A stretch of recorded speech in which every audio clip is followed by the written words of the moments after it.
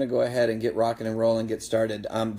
The earlier you ask your questions, the easier it'll be for us to write them down and start addressing them. So as you think of them, if you have had them prior to this call and you want to start messaging those in, Liz is going to go ahead and keep track. That way we can just kind of fire one after the other. But I just wanted to welcome everybody, and I wanted to just kind of start. A lot of you don't know my story. I was exposed to you guys through the NTA, through Liz, because she went to become an NTP. And before I found the Nutritional Therapy Association, I literally had so much inflammation that I couldn't pick up a book. I had modifications on all of the door handles in the house so that I could open them with my elbows. I drove with my forearms. It was my level of pain and handicap was super extreme. And through the NTA and what Liz was learning, she was able to modify my diet and made an unbelievable difference. I mean, I've been off all my so I was on, I think, 13 different medications when we started. And and I'm a vet, and so I'm broken in a bunch of different places. But the difference that just the nutrition, the nutritional consultation and the nutritional knowledge made in my life was absolutely unbelievable. So now, 24 months later, 30 months later-ish, maybe 3 years at the most, I've never been in less pain, other than prior than being into the Army. But I'm able to lift, I'm able to function, I'm not on any medications, I'm off all of my meds, filled with more hope than I've ever had.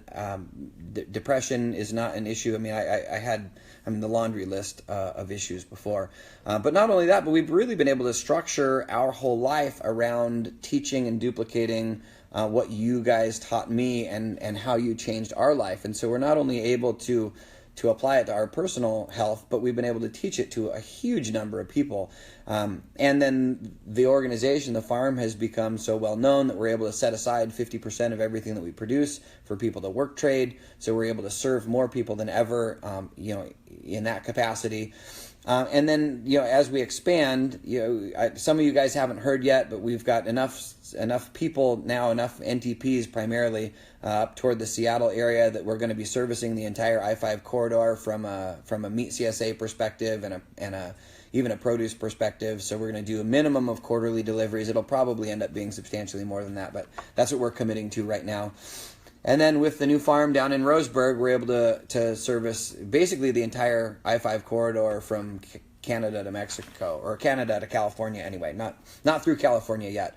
So, but it's just been an incredible ride, and we wouldn't be where we're at without the Nutritional Therapy Association, because this group of folks has inspired everything that we've done.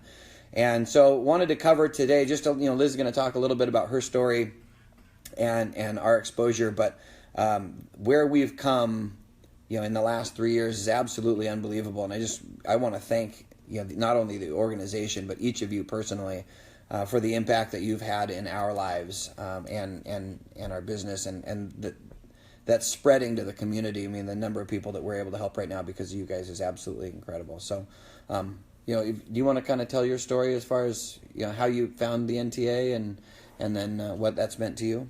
Yeah, so a little bit about my background is I went to the University of Wisconsin-Madison and got my Bachelor of Science in Nursing graduated in 2006, and have since been working in the emergency room. I was an Army Nurse Corps officer for the first 4 years. I was active duty, and then I came off. And when I switched over to the civilian world, I was seeing a lot more pediatric, and I was actually working in a stateside hospital when I had a 9-year-old come in who was pregnant. And it wasn't the first time I saw someone so young get pregnant, but I came home and I was telling Tyler about it. And after we started talking about all the, moral aspects of how that could have even happened, our conversation quickly switched to, how is it even possible that someone so young can conceive? And so that night we got online and we started doing some research, asking, what's going on. And everything, of course, started pointing to, our food supply, from the hormones in our food, the chemicals, and how that's affecting us. And we immediately started looking up different documentaries and watching. And for the next week or two, we did nothing but watch documentaries. And we just came to the conclusion that was it. We're not going to buy meat from the store anymore. And for me, that wasn't so bad at the time, unfortunately, which contributed to some health problems. I was a vegetarian, but Tyler was very much into meat, and so it was a problem not buying meat from the store. So that's when we, found some land, and we just decided we needed to start, raising our own livestock. So we had our own meat supply. So from there, I've always been into the health realm. Of course, like many of you, I never really understood what was healthy. I thought the low fat thing was good. I was diagnosed with esophageal cancer in 2006. Shortly after I became a registered nurse in the Army, and they, at that point, of course, they had me on 4 different proton pump inhibitors and treating me conventionally, and I was getting worse and worse. I started turning to herbology, and that's when my study of herbology got more intense. I started looking into different herbs to help with digestion, and I saw some effect. I saw some effect from diet changes, but I wasn't guided, and not everything I was reading was accurate at the time.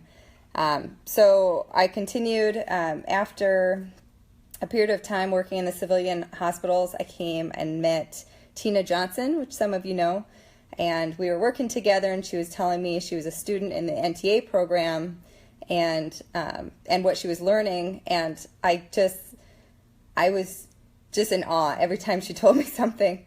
I couldn't believe that there was a program existed that was teaching people what I was just then coming to realize was, the secrets to unlocking health. And so she really introduced me to the Nutritional Therapy Association and the NTP program. And so from there, I became an NTP just recently in 2015. And then I have since gone on to study fermentation, and through Summer Boggs program, I became a certified fermentationist and learning how to use fermented foods to help heal the body. And so, yeah, that's a little bit about me and how I found the NTA. Fantastic. Well, and my first exposure was literally when Liz was in the program. She came and she said, "Hey, there's an event this coming weekend, and it's a big conference, and I got you a booth." And at that point, I'd never done a booth. We'd never done an event. We just would raise food out here at the farm, and I had no idea what I was going to do. So we packed up the truck and loaded a bunch of stuff out there just to kind of talk to people. Liz like, "Oh, they'll love you. They'll just talk about the farm. They'll love you." And we were late, and so we grabbed a pack of eggs and bacon and a griddle because we were going to do sampling anyway. But that was just to cook me breakfast, and because I was super late, I didn't have time to eat before we set up. So we got there and got set up, and I started cooking breakfast, and then one of you guys walks by and says, "Hey, can I buy that?"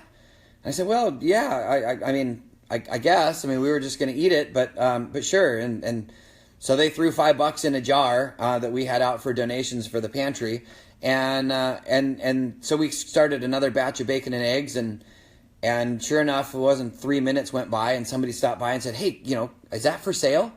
And I said, "Well, technically, I guess, kind of. Somebody bought it." And so anyway, that was it, and it was off to the races. And really, we spent more time cooking everybody breakfast than we did talking about the farm. But it's been an absolute joy.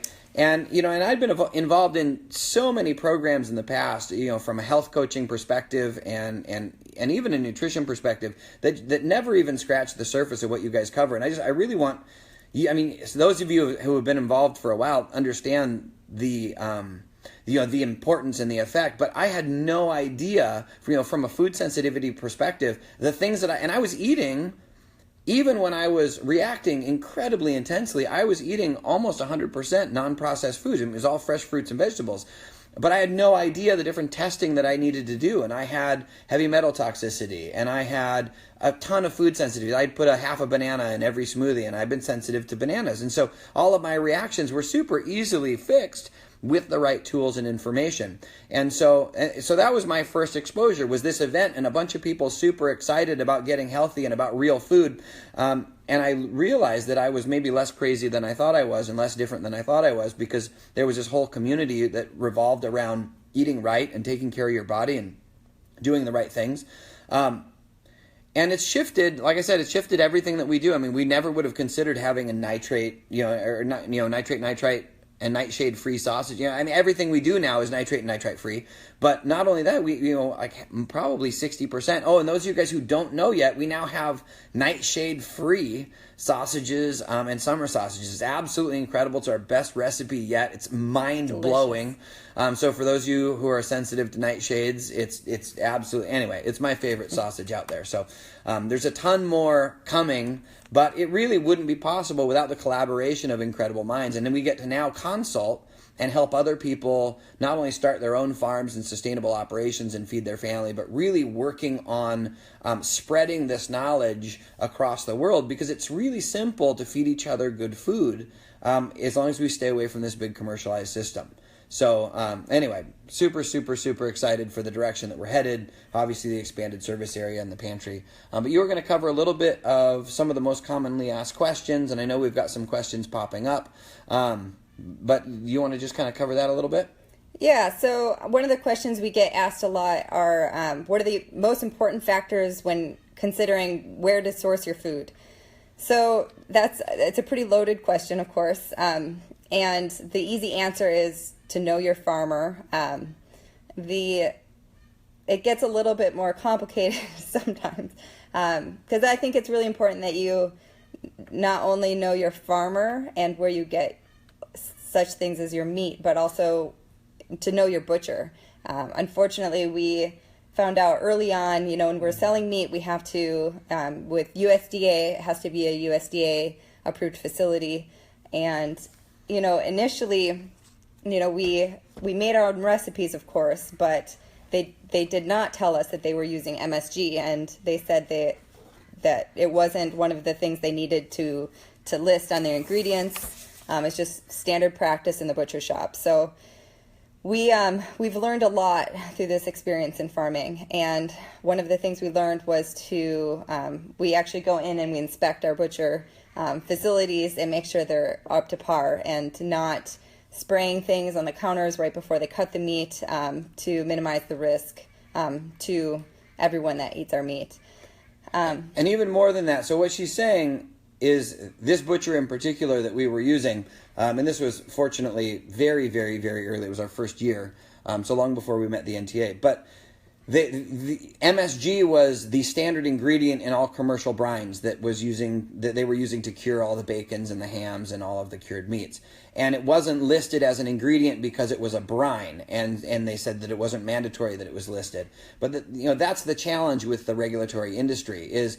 So when she says know your farmer, she's not just talking about knowing your food. She's talking about knowing your farmer and really knowing their values and what are they doing. Because ultimately they're the ones that are safeguarding you from cross contamination and ingesting chemicals. And so where do their morals stand? Not just are they producing food that you think is okay, but are they really advocating for your health? Are they inspecting their butchers? Are they taking the butcher's word for how things are separated out and what the process is? Because a lot of the butchers, we called almost every butcher in Oregon, and there were only 3 that we felt comfortable with their practices. And because a lot of the butchers, they'll take all of their sausage and they'll say that you've got 25 pounds of sausage. So you bring a pig into a butcher and you want to make 25 pounds of sausage. Well, they put you down for 25 pounds of sausage, but then they put all the pork into the brine together.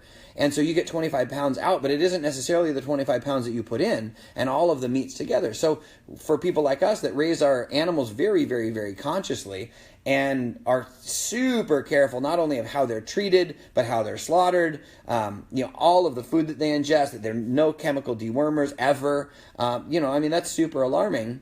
to just the fact that your meat, you might not even be getting back your meat. So it's more than just knowing your farmer or knowing their practices. It's really, you really kind of have to know their values and how are they processing everything. How are they operating? I mean, is this the meat that they're consuming? Where do their values lie? So, more so than knowing your farmers, I think it's really doing a bunch of investigation. And then I have a lot of people ask, how do you meet farmers like that? Because meeting a farmer, for those of you guys, I think we're all pretty busy. Part of the challenge is, how do you get started? And fortunately, any of you that live on the I-5 corridor, we can help you now. But for those of you that aren't on the I-5 corridor or are in Australia or across the country, it does become a challenge. And the best way that I've ever found is really going directly to the source, because we had a place just up the street before we were raising all our own food. And they were a little produce stand, and we went out and we talked to the people that worked there and the management and asked them very, very, very specifically, do you spray any of your crops? And they said, no, we don't spray any of our crops, absolutely not.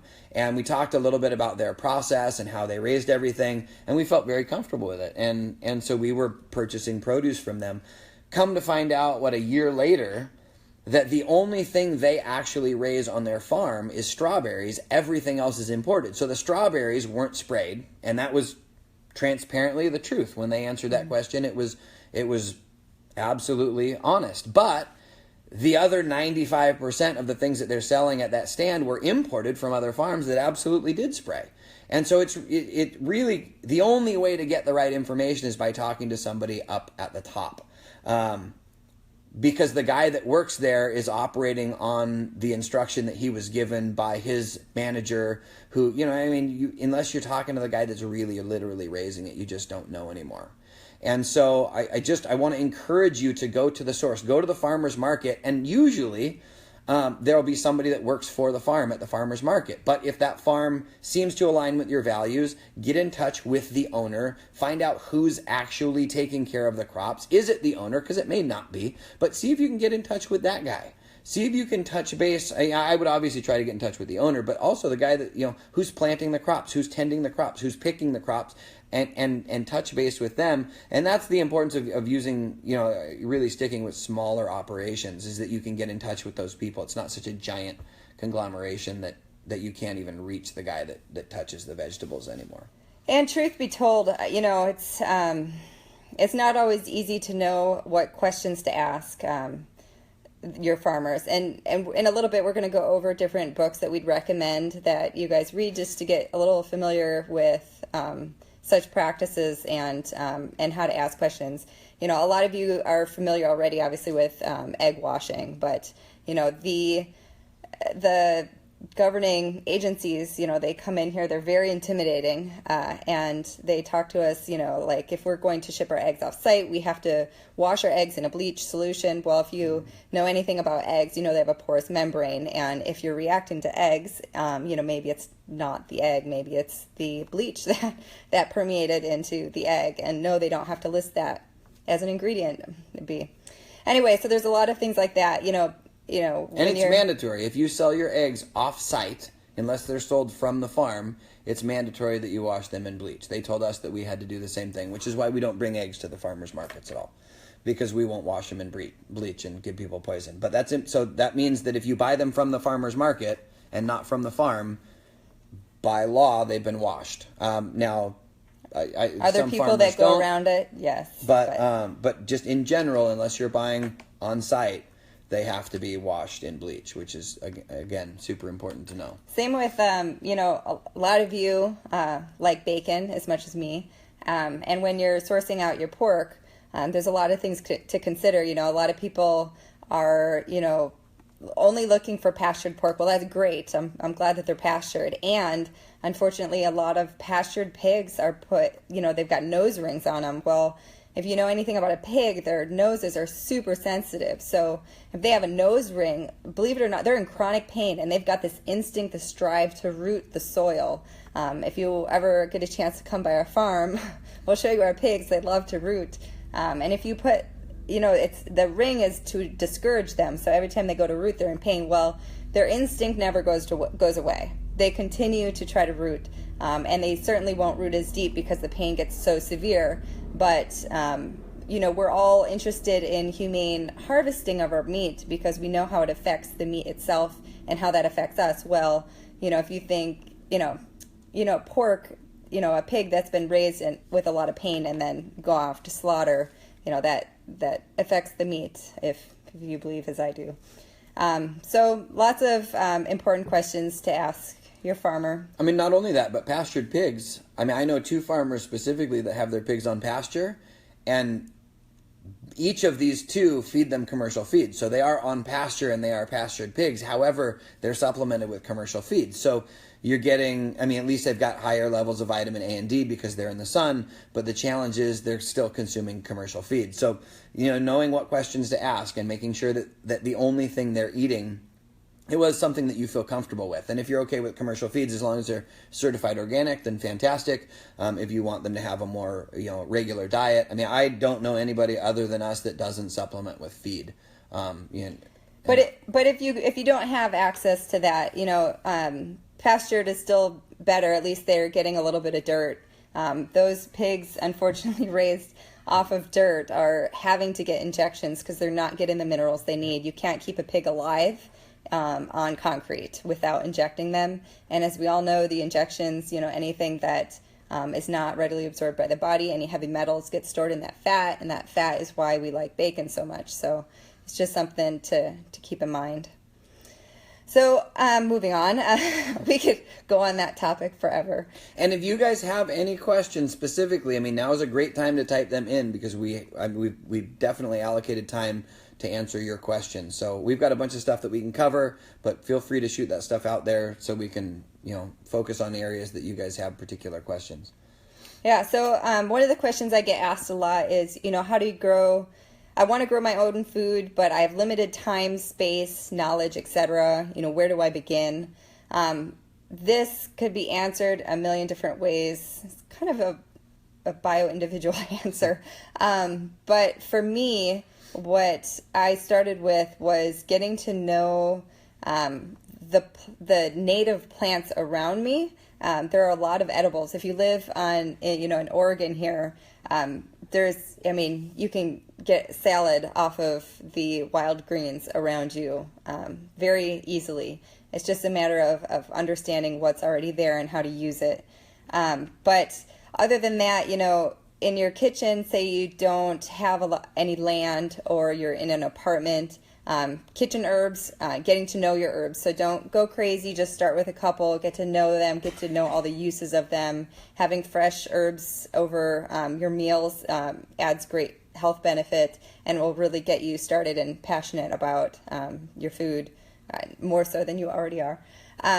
Aquaponics, there are some very expensive systems out there, but once you learn how it works, it can be very inexpensive.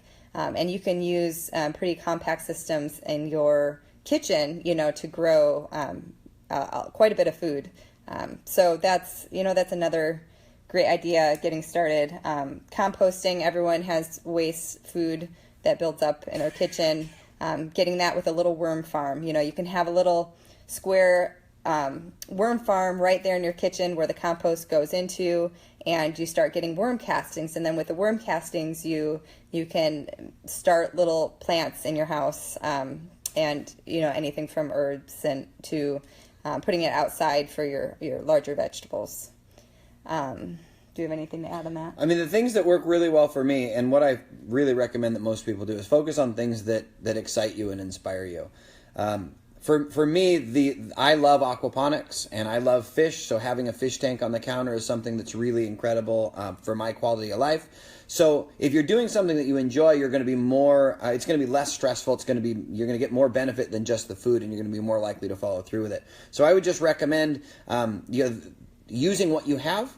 So some people have access to free buckets. Some people have a lot of people on Craigslist around them. Some people have fish tanks. Some people have 55-gallon drums. So utilizing what you have and upcycling is a really big piece of what we recommend people do. So if you can get an old fish tank and a 5-gallon bucket, you can fill it with lava rock and literally have fish and fresh garden herbs right there in your windowsill every single day. Super, super, super easy. and everybody can do it. If you don't have any yard space, we've got a lot of folks that they just have a driveway, they just have or they just have a patio. If you've got 5-gallon buckets, literally fill them with soil. What Liz was talking about was creating a worm farm. You can use 2 5-gallon buckets and you can create worm farm, worm castings and tea right there.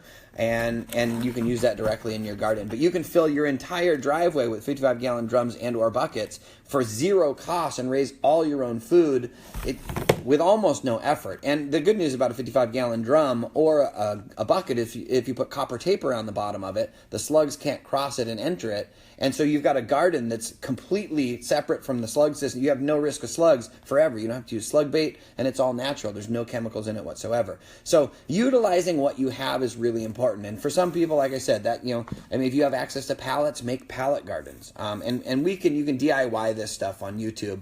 But we're also happy to answer any questions that you have. Feel free to message us on Facebook, and we'll go over the details of all this stuff. But we also do a bunch of consultation as well.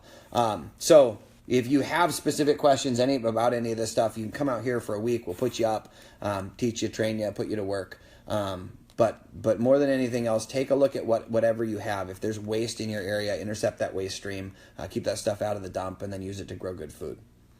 Yeah.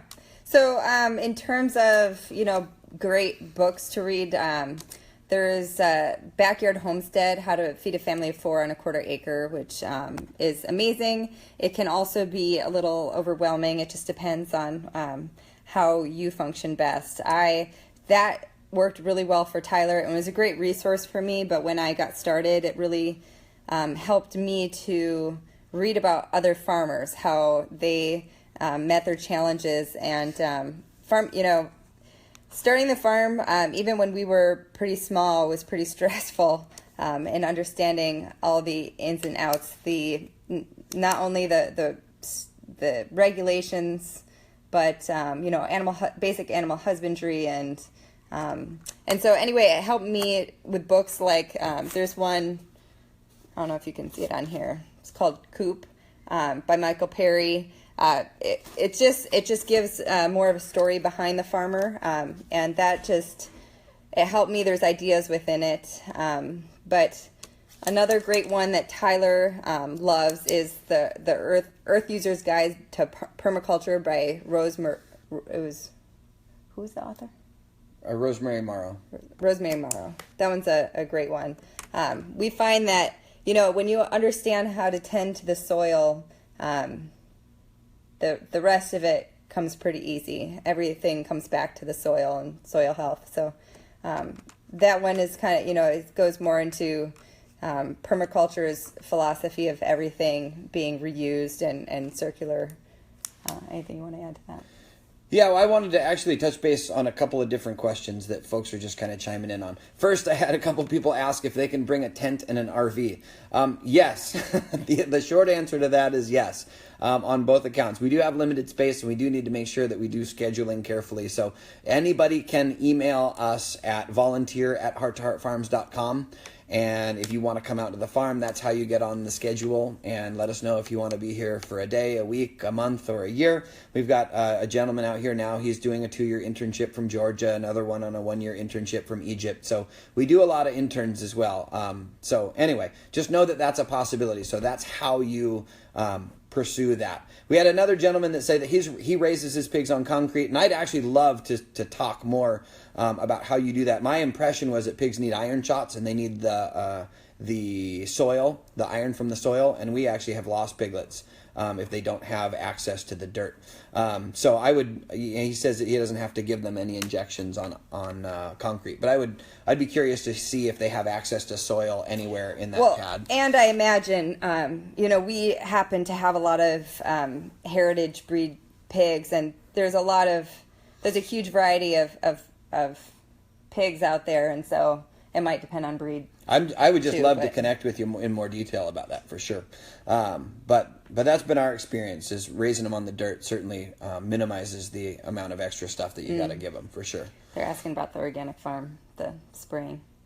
What organic farm? So I think you're talking about the Azure farm, the organic farm that's being threatened to use the the pesticides. So I'll let Tyler talk about it in a minute, but it's sad, and I'm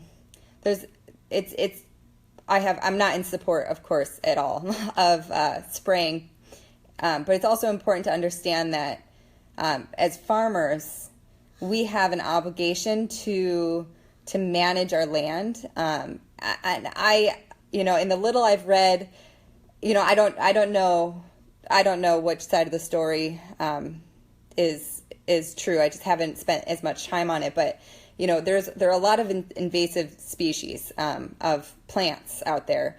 Around here, what's the yellow one again? Scotch broom is just horrendous, for us. And there are, properties, Himalayan blackberry, non-native, blackberry, and there are farms that are not controlling their weeds very well, and it is affecting our farm because, it's coming over. The seeds are coming over. So I don't think that should be solved with pesticides, of course, because that gets into our waterways, and there's a lot of other health problems. But I don't know where I was going with that. So I think, when it comes to opinions, I would say that I've never been out to Azure Standard. I only know of them. I wouldn't say I know them. And so anytime anybody casts an opinion without really having in-depth personal knowledge, I'd say that's dangerous at best. But just from the people that I've talked to and the research that I've done, I can see both sides. I certainly, under no circumstances, would ever condone spraying chemicals into the soil. I can say that just based on the information that, in talking to them, they do have a fair level of invasive species, at least from what I gathered on their property. And that, we were literally just talking about it, 3-4 weeks ago, not as it relates to their farm, but as it relates to some of the surrounding land that we have, and the way that invasive species, even if we eradicate them here, the way that the seeds drift and are transported. And it does make it very, very challenging to control. So I can see where frustration of neighboring farms and even potentially, the county would want to get involved and want to make sure that land is taken care of and isn't being detrimental, that it's not spreading invasives. But I think that the reach that our government has right now is frightening. It's indicative of everything that's going on. They want to regulate everything and regulate the small farmer out. And it's frightening that they're doing it on this big of a scale, because they're actually a really large organization. And on our farm, one of the ways we control invasive species is we work with the local community so much. We get field trips out here, and we get volunteers, and we just have work parties where we get 20, 30 people on everyone. We show them how to identify the plant, and everyone goes and we dig it up by the root, and we go around. Now, Azure Farms has like 2,000 acres, but they also right now are... It's bigger. I think it's 2,000, more than 2,000. More than that. But, I'm sure it's not 2,000 acres of invasive species. Is it possible that with how many people know about what's going on right now that they could organize some sort of group to go out there with shovels and dig them up? I bet with everyone that knows about it and wants to prevent the spraying of pesticide, that they could go out, put a couple hours of work in, and have the majority of it gone, and it not to be as big of an issue. That might be an assumption, but... The other challenge is they're not living on site either. So there comes a point when any organization grows past the point where it can be managed by one or two individuals. And so even if you have leadership at the helm that really genuinely cares, to put that in practice, can one person effectively manage 10,000 acres? I don't think I could. So that's the whole idea behind dealing intimately with your farmer. The whole idea is you don't have a monocrop system that is 1,000 acres of anything. And that's where you're running into these challenges. Instead of planting food forests, it's an organic farm, but it's an organic monocrop system. It has nothing to do with permaculture or regenerative food. I talked about this at my talk at the NTA. Sustainability should really be the beginning. Sustainability is this goal that everybody's, focused on reaching, but sustainability only means you're not going backward. It doesn't mean you're going forward at all. It means that we finally, for the first time ever, stopped doing damage to the environment. And so we really need to be focused on regenerative systems, which means food forest. It means we're getting away from all of the monocrop systems that are out there. And so, I think that, while I'm super disgusted at the idea that the government's going to mandate the spraying of chemicals, and we are active and making sure that our voice is heard in that, I think that we really control a lot of what goes on by making sure that we're voting with our paycheck, that we're supporting small regenerative food systems, that we're dealing with farmers that are not planting a monocrop system, and they're controlling invasive species. That's a huge piece to us. That's probably 40% of our time is just managing invasive species. Mm-hmm. But because we bought a site that had been mismanaged, like most places on the planet, for many, many, many years. And so just making sure that you're supporting a farmer that's doing things the right way and is managing that, as opposed to just letting it go, because it's tough to deal with. Mm-hmm.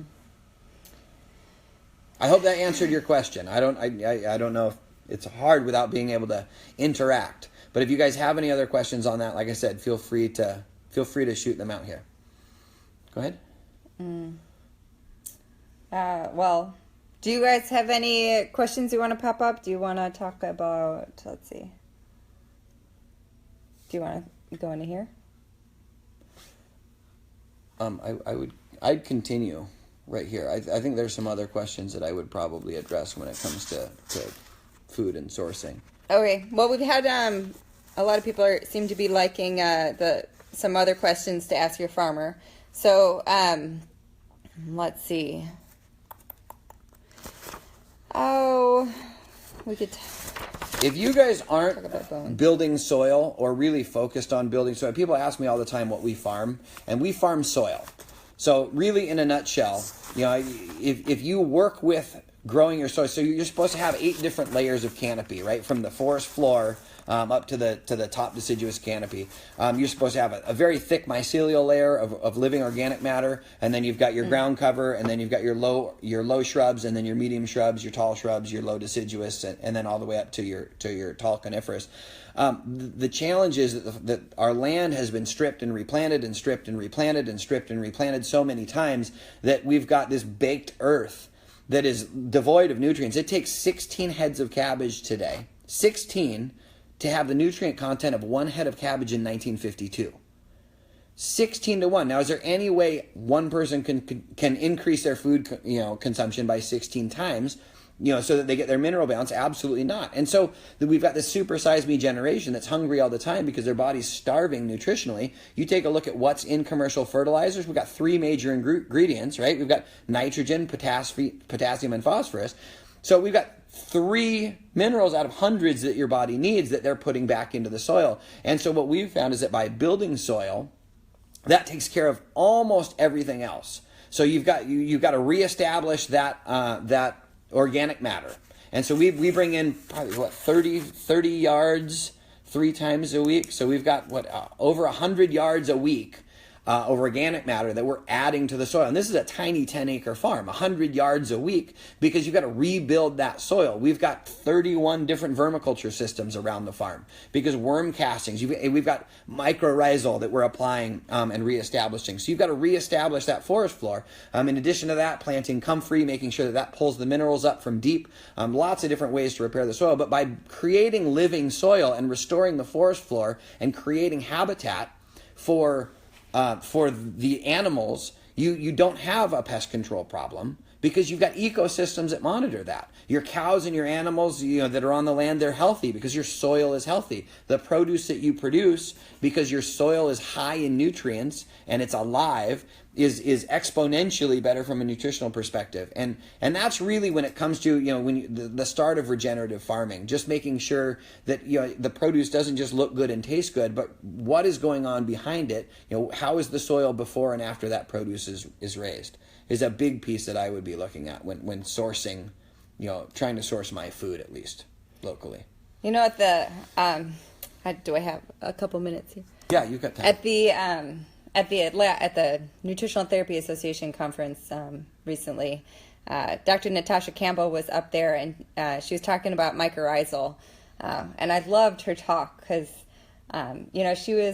she's talking about this fungi which lives in the soil, and it has this huge network that connects a tree from one location or a plant to plants that are up to a mile away, right? It's this intricate system, and she was relating it back to our bodies and how we have the same kind of diverse network. It's also a detoxification realm, and when it comes to the soil health, it is important to remember that we have our gut flora, and the soil has its own diversity of bacteria and viruses and fungus, and all of those are also, just like they are healthy for our well-being, it's healthy for the plant's well-being. So I guess it goes back to, we keep talking about soil a lot, but understanding that when you're working your garden, or when you decide to what you're going to do with this little section of land, you don't need to take heavy equipment and get in there and churn it all up. You can do quite a bit just by understanding, things like using comfrey, where the root system, 8 to 10 feet deep into the earth, and you can chop off the top, and the minerals come up through the root, go into the leaves, and then you drop them onto the garden bed and get it fertilized. And we utilize that quite a bit. And I've had areas on our farm that are completely clay, and now we're just alive with life and black soil. It's incredible. Mycorrhizal, vermiculture, swales. Swales are really incredible. If you're gardening, two things that you can do to absolutely revolutionize your life. Thomas, you asked, do we soil test? Yes, absolutely. We test. I think we've done 18 or so different soil tests, different sites around the property every year or so. I mean, now it's at the point where it's kind of ridiculous because the organic matter is so thick. But there are three things that you could do here. Number one, Google swales. Okay, if you can put in a swale system and then a hugelkultur mound halfway through that swale, it'll revolutionize your entire gardening system. Hugelkultur is a German term. It means mound garden. And it's phenomenal. The sticks will actually, so that trench will pick up the moisture. It's on contour, and then the sticks will pull the moisture up out of the trench. Not only that, but so it'll stop the nutrient flow from running down the hill or from running wherever the water's running. It'll stop it and contain it, and then the sticks will retain that moisture, and it'll create this slow composting vermiculture bed that is 70% more efficient than any other garden bed out there from a water perspective, and the nutrient level just absolutely goes through the roof. So hugelkultur, vermiculture, and swale system, as well as the mycorrhizal, are the three things that I would absolutely recommend immediately. And yes, there is a ton to learn. I mean, that's probably the most common thread here, is everybody's like, oh my gosh, there's so much to learn, and it can be years. And so part of that means reaching out to some of the people that have taken the time to learn that. I mean, that's one of the reasons why we do consultation. We were actually just invited. We had a farm out in Australia that invited us out to do some consultation.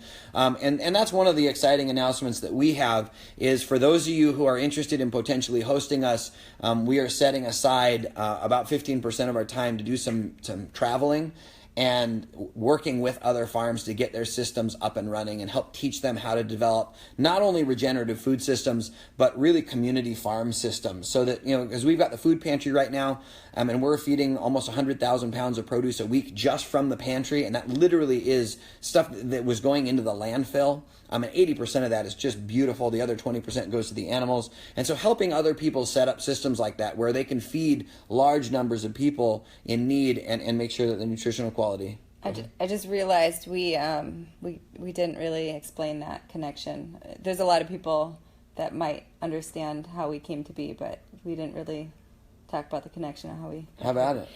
So for those of you who don't know, when we first got going with our farm, we did not have this big vision in mind. Of course, we just wanted to feed our family. And it was in 2010 when a lot of people were hurting financially and unable to feed their livestock.